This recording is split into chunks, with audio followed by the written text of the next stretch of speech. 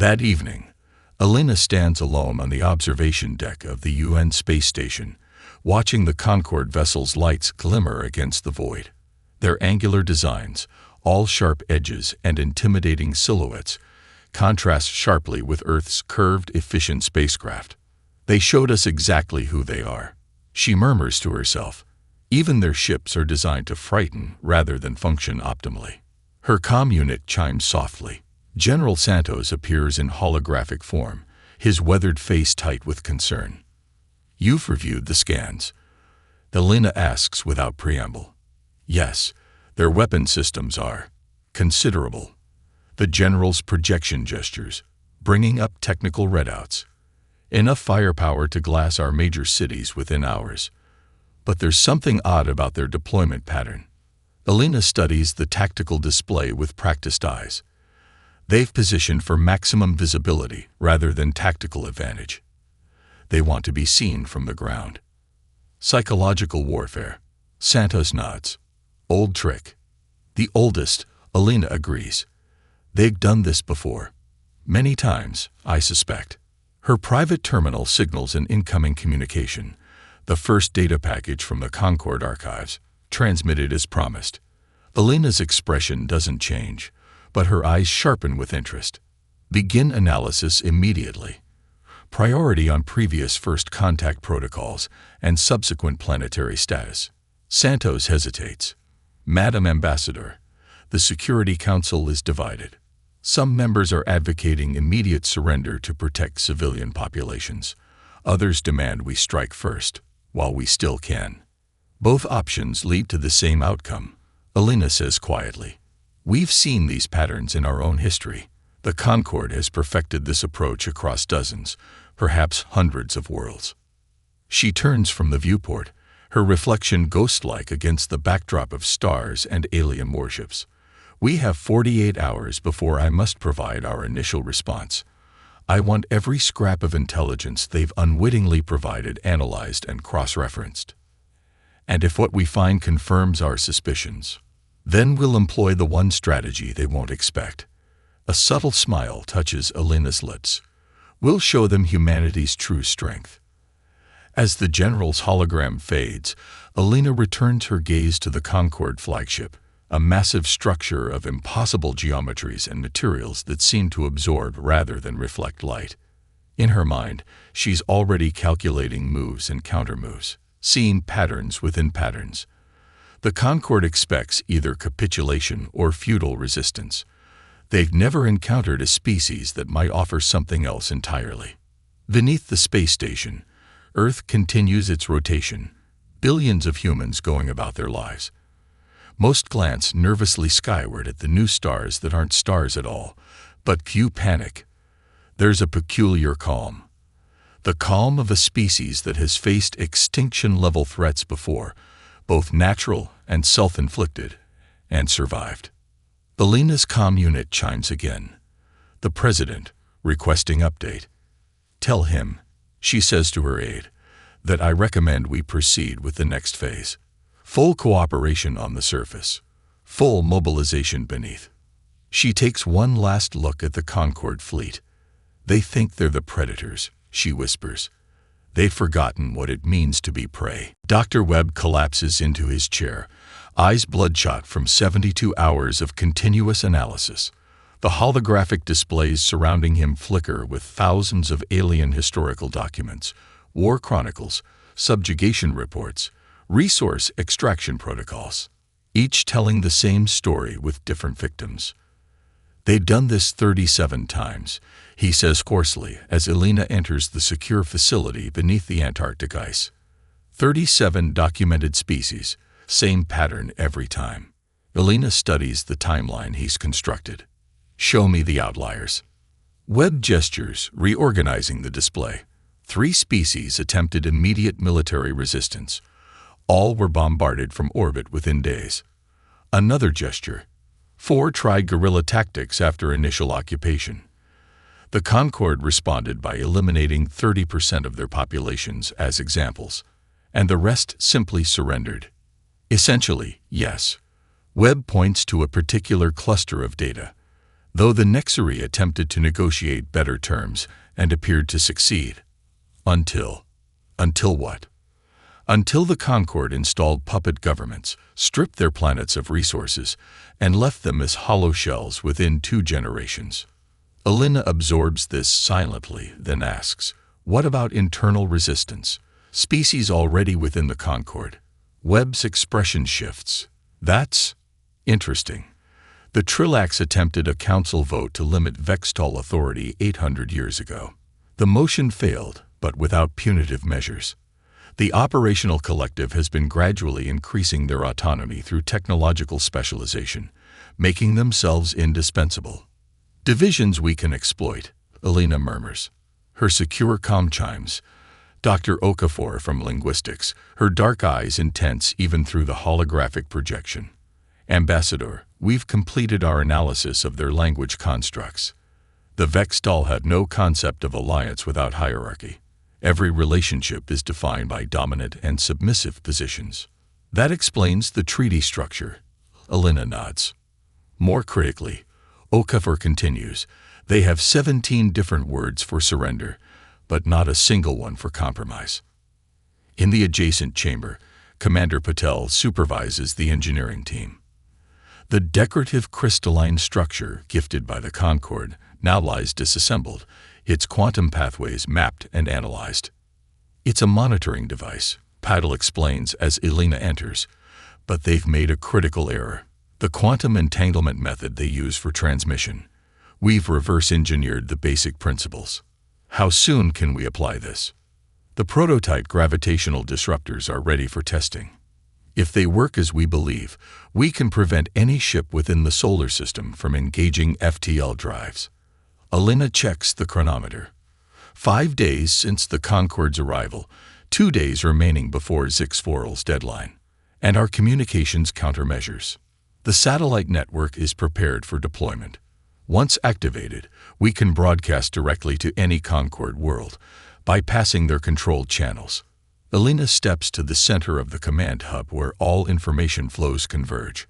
Around her, humanity's best minds work with quiet intensity, not panicked, but grimly determined. The Concord expects either submission or futile resistance. She addresses the assembled team leaders. Their entire strategy depends on this binary choice. We will give them neither. The room falls silent as she continues. They believe themselves to be studying us. They have no idea we've been studying them and learning their vulnerabilities. Across her secure tablet comes the final authorization. Option Omega approved unanimously by the Security Council and the President. Begin final preparations, Alina commands. When I walk away from their peace talks, I want Earth ready for what follows. As the team disperses to their stations, Dr. Webb approaches her privately. You realize, once we reveal our capabilities, there's no going back. The galaxy will know humanity is not what we've pretended to be. Alina's expression remains impassive, but her eyes hold steel. Good. It's time the galaxy learned a new way to resolve conflicts, without conquest or submission. Beneath the Antarctic ice, the countdown continues, silent but inexorable. The human delegation's shuttlecraft returns to Earth in perfect formation, their trajectory precisely calculated to appear non-threatening while maintaining maximum distance from Concord escort vessels. Inside the lead shuttle, Alina sits motionless, her breathing controlled and steady despite the gravity of what has just transpired. Around her, the delegation maintains disciplined silence. Diplomats and military officers, selected not only for their expertise, but for their unshakable composure under pressure. Entering upper atmosphere in 30 seconds. The pilot announces. Concord vessels maintaining pursuit vector but keeping established distance. Alina acknowledges with a slight nod. Everything is proceeding according to projections. Ambassador, General Rivera speaks quietly. Concord communications channels are erupting with traffic. They're confused, angry, and some appear frightened. As expected, Alina replies, monitor especially for communications between Vextol command vessels and representatives of subjugated species. That's where we'll see the first fractures. The shuttle breaks through cloud cover, revealing the sprawling United Earth Defense Headquarters below, a facility purposely visible from orbit, with obvious landing pads and defensive installations. What remains invisible are the true command centers buried deep beneath the planet's surface and ocean floors. On landing, Alina is immediately escorted to the secure communications hub. The President awaits, flanked by the Security Council. "It's done," Alina reports simply. The President, a former crisis negotiator with calm eyes that have witnessed both humanity's greatness and its terrible capacity for destruction, studies the real-time feed of the Concorde fleet's movements. Their repositioning for intimidation display, observes the Defense Minister. Classic encirclement pattern. But not attack formation, Alina notes. They're still following their standard protocol. Escalating threats before engaging weapons. The President turns to face her directly. "How long until they break pattern?" "Approximately 4 hours," Alina answers. Zix Voral must consult with the Concorde High Command, who will initially insist on following their established conquest procedure.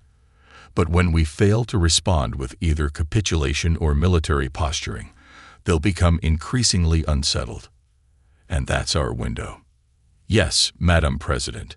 When confusion reaches its peak, we deploy our countermeasures.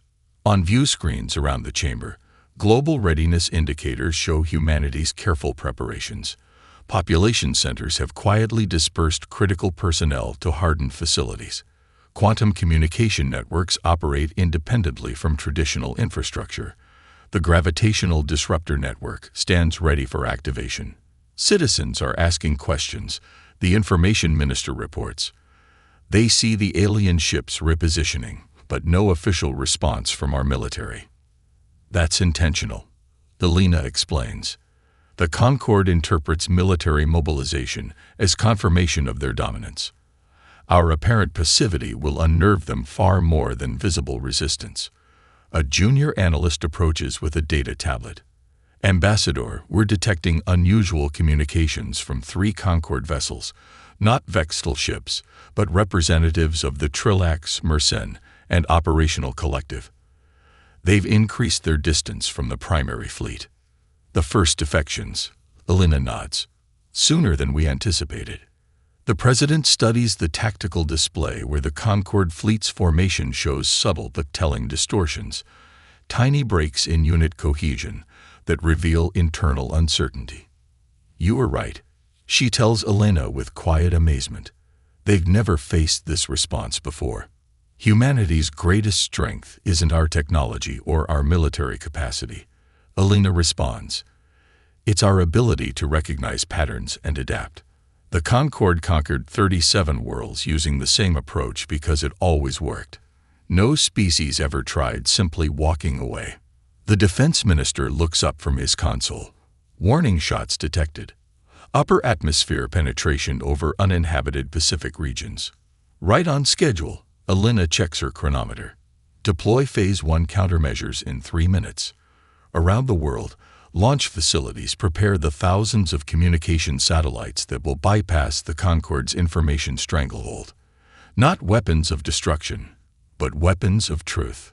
Alina watches the countdown with perfect calm, a slight smile touching her lips. "Humanity has spent millennia fighting amongst ourselves," she observes.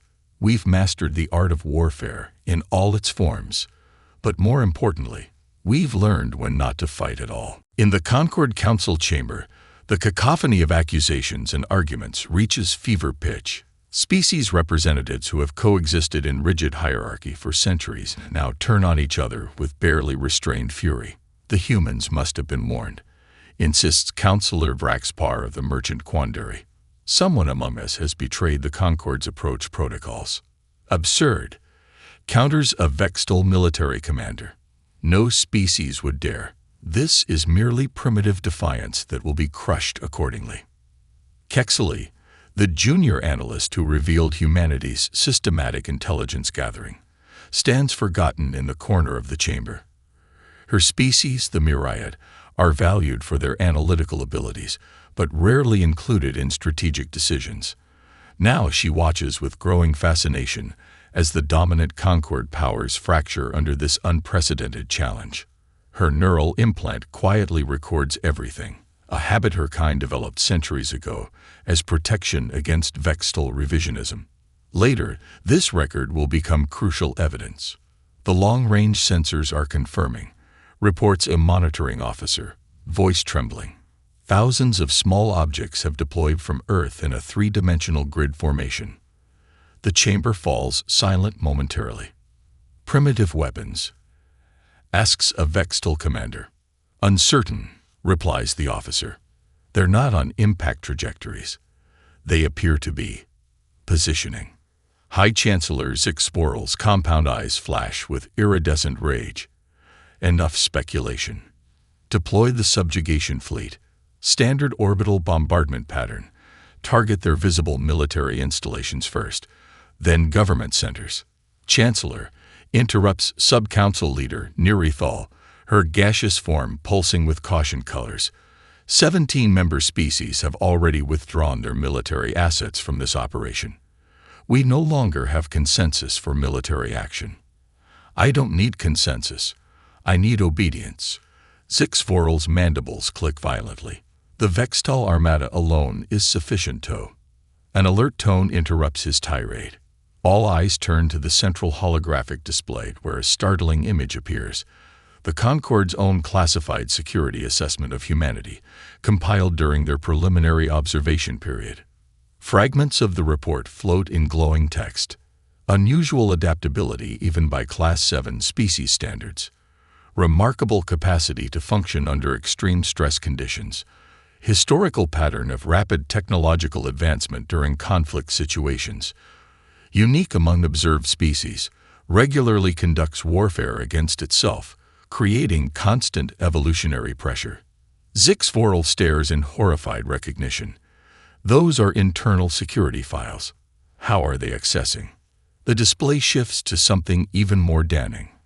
Resource allocation records showing the systematic siphoning of wealth from conquered worlds to Vextal-controlled holdings. This is treason. Zixporal rages. Who has given the humans access to classified Concorde data? Kexeli's analytical mind makes the connection before anyone else. Chancellor, she says quietly, we gave them access. Ambassador Chen requested historical archives as a gesture of good faith. You approved it personally. Standard cultural records only, Zixporal insists. All Concorde archives are interlinked, Kexeli explains, her voice gaining strength. A sufficiently determined intelligence could trace pathways between officially sanctioned historical documents and classified materials, especially if they recognize the patterns in our data architecture. Realization dawns across alien faces throughout the chamber. Humanity hadn't been given classified access. They had found it through sheer analytical persistence. The objects they've deployed, reports the monitoring officer with growing alarm. They're activating. They're transmitting. Directly to every Concorde world. On the view screen, Alina Chen's composed face appears, speaking directly to the citizens of 1,000 worlds. People of the Galactic Concorde, she begins, her voice translated simultaneously into hundreds of languages. We are humanity. We have chosen to decline membership in your organization, and we believe you deserve to know why. As the broadcast continues, Zixporal's rage transforms into something far more dangerous. Fear. Cut all communication channels, he orders. Deploy the fleet immediately. But as commanders attempt to comply, a new alert sounds, one never before heard in the Concorde's history of conquest. FTL drive systems, non-responsive, reports a navigator, confusion evident in her harmonics.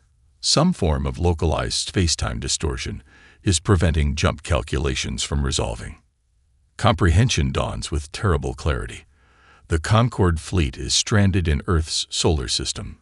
Kexeli observes the spreading panic with analytical detachment, recording every moment of this unprecedented event. History, she realizes, is being unmade before her eyes. The communication satellites complete their deployment, forming a perfect geometric lattice around Earth and extending outward through the solar system. Their design is elegant in its simplicity. Technology the Concorde would consider primitive, yet arranged in a pattern of sophisticated complexity. In the United Earth Defense Headquarters Command Center, Elena watches as the network activates. Screens around her display the feed being transmitted simultaneously to every inhabited world in Concorde space. Transmission stability at 98%, reports the communications director. Their attempts to block the signal are failing. Elena nods, her face composed as billions of alien beings across the galaxy see her for the first time, not as a conquered primitive, but as an equal addressing them directly. People of the Galactic Concorde, she begins, her words translated into hundreds of languages by algorithms that capture not just meaning, but nuance. We are humanity. We have chosen to decline membership in your organization, and we believe you deserve to know why. The broadcast continues, methodically presenting evidence extracted from the Concorde's own archives, the systematic exploitation of subject worlds, the redirection of resources to Vextol-controlled territories, the falsified histories of rebellions that were actually peaceful resistance movements. Simultaneously, the gravitational disruptor network activates fully, a web of devices creating localized distortions in spacetime that render faster-than-light calculations impossible within the solar system. Gravitational matrix stabilized, announces Dr. Karishma Patel, the network's chief architect. Concorde vessels are effectively stranded. On tactical displays, the Concorde fleet's formation disintegrates into chaos as ships attempt to maneuver with suddenly unreliable navigational systems. The Vextol flagship is attempting to organize an attack formation. General Rivera reports. 7 capital ships, 93 attack vessels, weapons systems powering up. Deploy defensive systems, the President orders calmly. Throughout Earth's atmosphere and in orbit, previously camouflaged platforms activate. Kinetic barrier shields shimmer into existence over major population centers. Precision energy weapons emerge from what appeared to be civilian satellites and research stations. Defensive grid at full capacity, confirms the defense minister. All population centers protected. Elena turns to face the broadcast camera once more. To the commanders of the Concorde fleet currently in Earth orbit, you find yourselves in an unprecedented situation. Your faster-than-light capabilities have been neutralized. Your communications are exposed. The hierarchy you depended upon is fracturing. The camera pulls back to reveal the President standing beside her. These are our terms for your safe passage home. Recognition of Earth's independence and absolute non-interference in human affairs. You have 1 hour to respond. As the broadcast continues, encrypted communications begin arriving from 17 species within the Concorde, those already withdrawing their military assets from the operation. The Trillacs are requesting direct diplomatic contact, reports a communications officer. The Mercen and Operational Collective as well. 3 more species are sending similar requests. Elena studies the messages carefully. Not just requests for alliance, she observes. They're seeking guidance on how to extract themselves from Concorde control. The President's expression remains solemn. We didn't just prevent our own conquest. We've triggered the collapse of an empire. Elena watches the real-time analysis of Concorde ship movements, their once perfect formation now scattered and uncertain. No, she corrects quietly. We've offered an alternative to empire. The Vextol flagship Inevitable Dominance hangs motionless against the backdrop of Earth's moon, its sleek, predatory design now seeming less intimidating and more desperate. Inside its command chamber, Arch-Admiral Vorkex, bloodkin to High Chancellor Zixforel, paces with agitated movements that betray his species' insectoid ancestry. 7 hours, he chittered angrily to his command staff. 7 hours since the humans made their demands, and still no coherent response from Central Command. The communication disruptions are severe, his second-in-command explains. The human satellite network is intercepting and redirecting all standard Concorde channels. Then use non-standard channels. Vorkex's mandibles click rapidly, a sign of extreme agitation among the Vextal. The Concord has ruled the stars for millennia.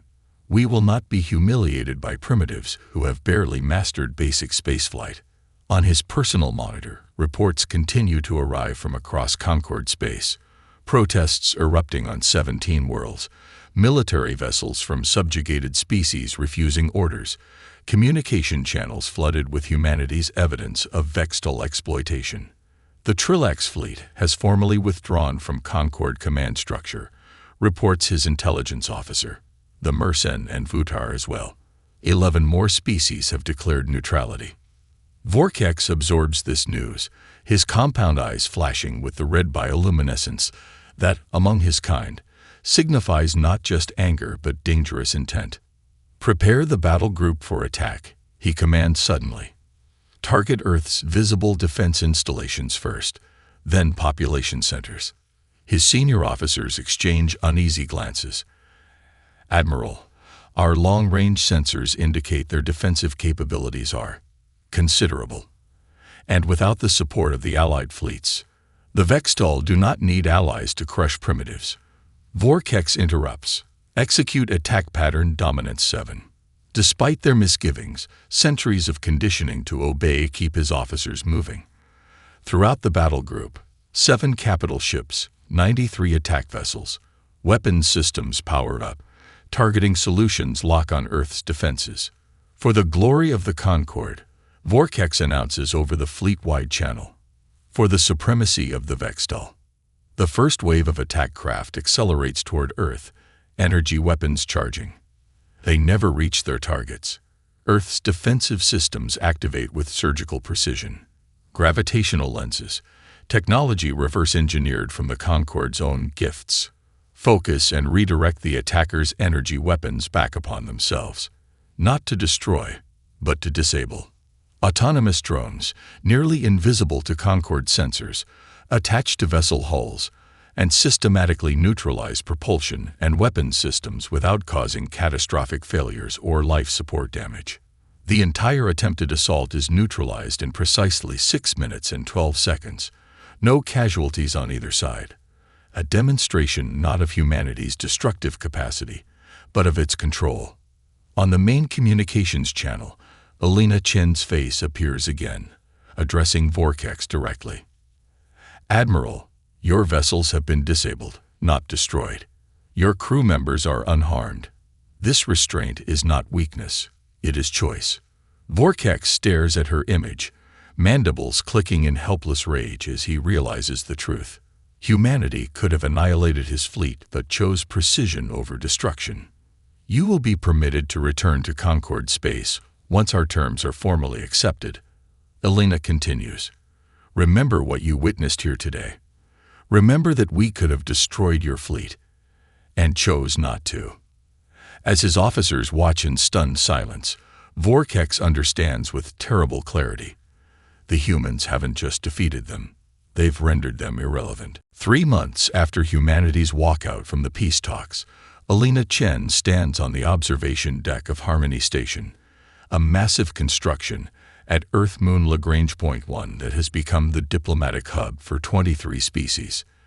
Through the panoramic viewport, Earth continues its ancient dance around the sun, but the context of that dance has transformed entirely. No longer an isolated world at the edge of the galaxy, Earth now stands at the center of a profound realignment of interstellar politics. The Galactic Concord has formally dissolved. 17 species have joined with humanity to form the Stellar Cooperative, an alliance based on mutual benefit rather than domination. 6 species have chosen isolation, withdrawing from interstellar politics entirely. The Vextal and their 3 closest allies have retreated to their core systems, borders closed, communications minimal. Ambassador Chen calls a melodic voice behind her. Rital of the aquatic Mersenne approaches, floating in her water-filled environmental suit. The integration protocols are exceeding expectations. Elena turns to face her alien colleague, no longer a reluctant subject of the Concord, but a founding member of the cooperative. How so? Human music translated through our harmonic perception structures has created I believe your word is masterpieces. Our composers are collaborating with yours to develop entirely new forms. Similar collaborations flourish across disciplines. Human adaptive thinking, combined with alien advanced sciences, creates technologies benefiting all cooperative species. Medical breakthroughs, agricultural revolutions, sustainable energy systems that work across vastly different planetary environments. In Geneva, the Truth and Reconciliation Commission meticulously documents centuries of vextal manipulation, not for punishment, but understanding. We must know the past to avoid repeating it. Elena explains to representatives from 23 species. Humanity's own history is filled with empires, colonization, and resistance. We recognize these patterns because we've experienced them ourselves. New Brasilia has become a cultural hub where formerly subjugated species rediscover artistic traditions long suppressed by Concord standardization. Theaters showcase alien dramas alongside human classics. Museums display artifacts returned from Concord collections. There are still challenges. Admiral Rivera reminds Elena during their weekly security briefing. The Vextal maintains significant military capacity. 3 independent worlds remain unstable following Concord withdrawal. Yes, Elena acknowledges. The transition won't be perfect or painless, but for the first time in centuries, it's a transition towards something better rather than more of the same. On the main concourse of Harmony Station, representatives of 23 worlds gather for the launch of the Prometheus, first of a new class of interstellar vessels incorporating technologies from multiple species. Its mission: exploration, not conquest. As the ship breaks orbit, Elena feels a presence beside her, Kexley of the Myriad, the analyst whose courage helped reveal the truth about Concord operations. The patterns are different now, Kexley observes, her analytical mind perceiving connections others might miss. For the first time in recorded galactic history, power flows in multiple directions rather than from a single source. Elena nods in agreement. That's the point. As Prometheus accelerates toward distant stars, representatives of 23 worlds watch in shared wonder. The galaxy suddenly feels vaster and full of possibility rather than threat. 1 year after humanity abandoned the peace talks, historians across 100 worlds struggle to document the transformative ripples still spreading through galactic society. The newly established cooperative worlds report unprecedented economic growth, cultural revivals, and technological advancements. Free exchange of ideas, long suppressed under Concord rule, creates a renaissance across disciplines. On a neutral space station orbiting a contested system, Elena Chen receives an unexpected visitor, Zix Vorel, the former High Chancellor, now in exile from his own diminished empire. His once brilliant carapace has dulled with age and stress. The translator he wears is simple, functional rather than ornate. He no longer towers over her, whether from physical deterioration or a change in his bearing. They now stand nearly eye to eye. I requested this meeting to understand, he says without preamble. How did you know? How did you defeat us without firing a shot?